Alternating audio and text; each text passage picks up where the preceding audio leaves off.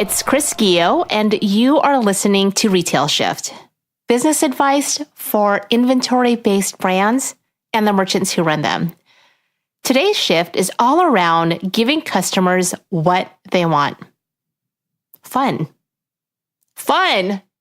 So much more fun. Now, the role of engagement and entertainment in the shopping experience is one that I know you are really familiar with, both as a merchant and as someone who spends money. But I want to play a quick game before we dive in. So close your eyes for just a second, but really only if it's safe. And I want you to imagine the inside of an anthropology store. Can you smell the candles? Can you hear that carefully selected music playing in the background? Can you appreciate the artistic displays? They're gorgeous. They play with scale, proportion, repetition, color. I don't know about you, but can you also imagine putting your card into that chip reader?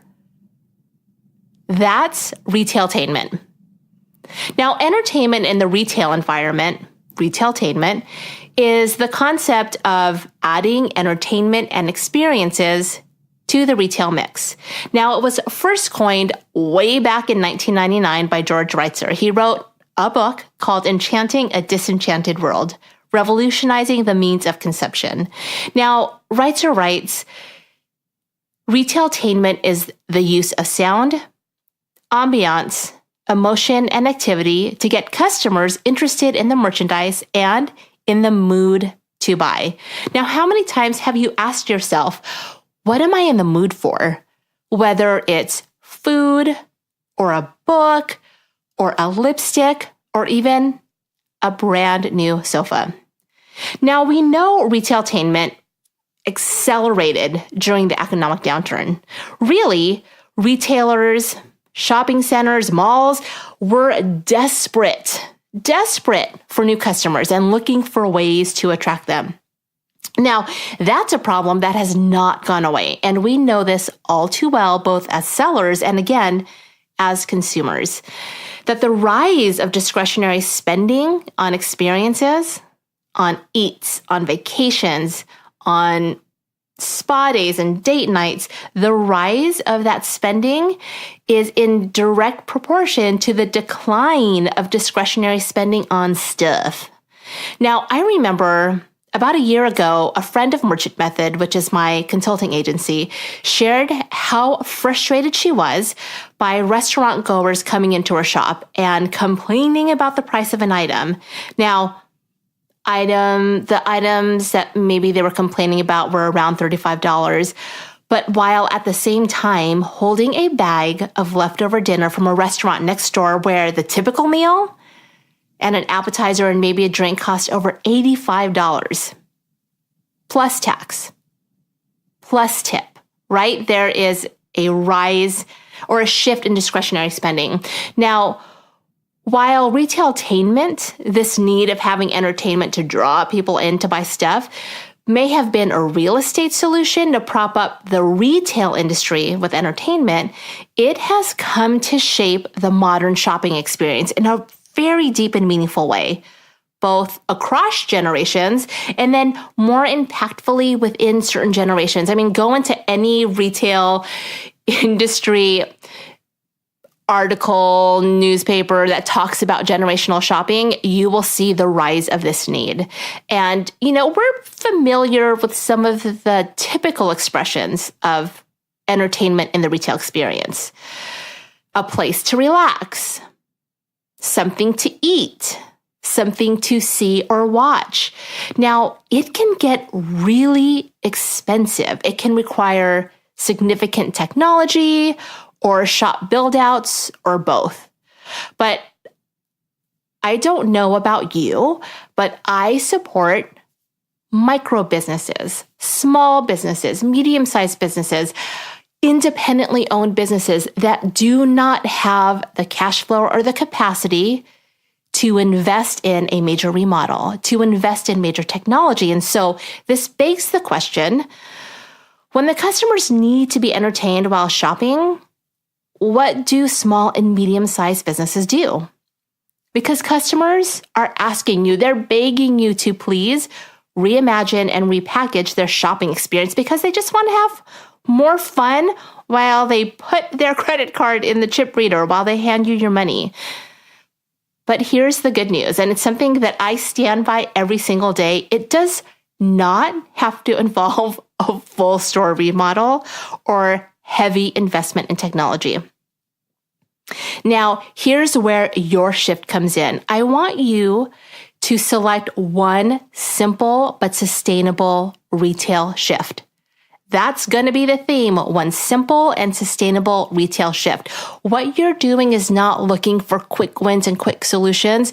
You are looking to operationalize things that you can carry with you as you continue to grow and well into the future. So I'm going to share two. Pick one, pick your favorite one, and try it for some time. Now, what I'm going to share with you is simple. It's obvious. Sometimes so obvious that these two strategies are often overlooked. But not anymore, my friend. I know you are listening because you are ready to make meaningful but simple shifts in your business. So again, I'm going to share two. Pick your favorite.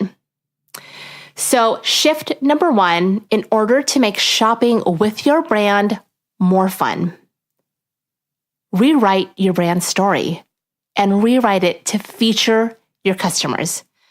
Now, every brand story, every narrative needs a hero. And if you didn't already know this, you're going to know it now. That hero is not you. That hero is not your brand. Now, we know disruptive marketing just doesn't work. So if you feel yourself saying to customers, to the ether, hey, I'm here. Do you see me? Can you pay attention? It's because you, in fact, are.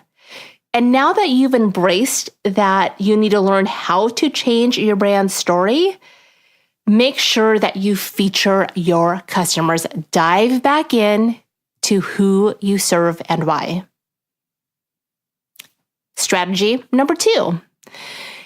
An interactive shopping experience does not have to be Grammable to be share-worthy. It does not have to draw the photos and the posts in order for it to have a sense of word-of-mouth advertising. So many pop-ups and marketing events and just general store experiences include Grammable moments, and they're beautiful and they're gorgeous. It creates a buzz. It delights people. But it's also very expensive, and it doesn't automatically convert to sales. It isn't always operationalized in the merchandising and the selling experience. So instead of worrying about the Grammable experience in your store or in your shopping environment, can you please just pay attention to what your customers tell their friends about you? Their real friends and not their followers. So that's your retail shift. Give customers what they want fun, and make one shift today, either by rewriting your brand narrative and making the experience of shopping with your inventory-based brand about your customers, or the other alternative is to spend more time thinking through the real word-of-mouth marketing versus Grammable moments. Now, I want to dive deeper with you. So here's what I want you to do. Go to merchantmethod.com/retail shift, merchantmethod.com/retail shift, and join my podcast group where we will talk through how to implement this. You know what you need to do. You know why you need to do it. Now let's get you making these shifts and having them be part of your business. Thank you so much for joining me. It would not be the same without you. And until next week, keep making those shifts one at a time.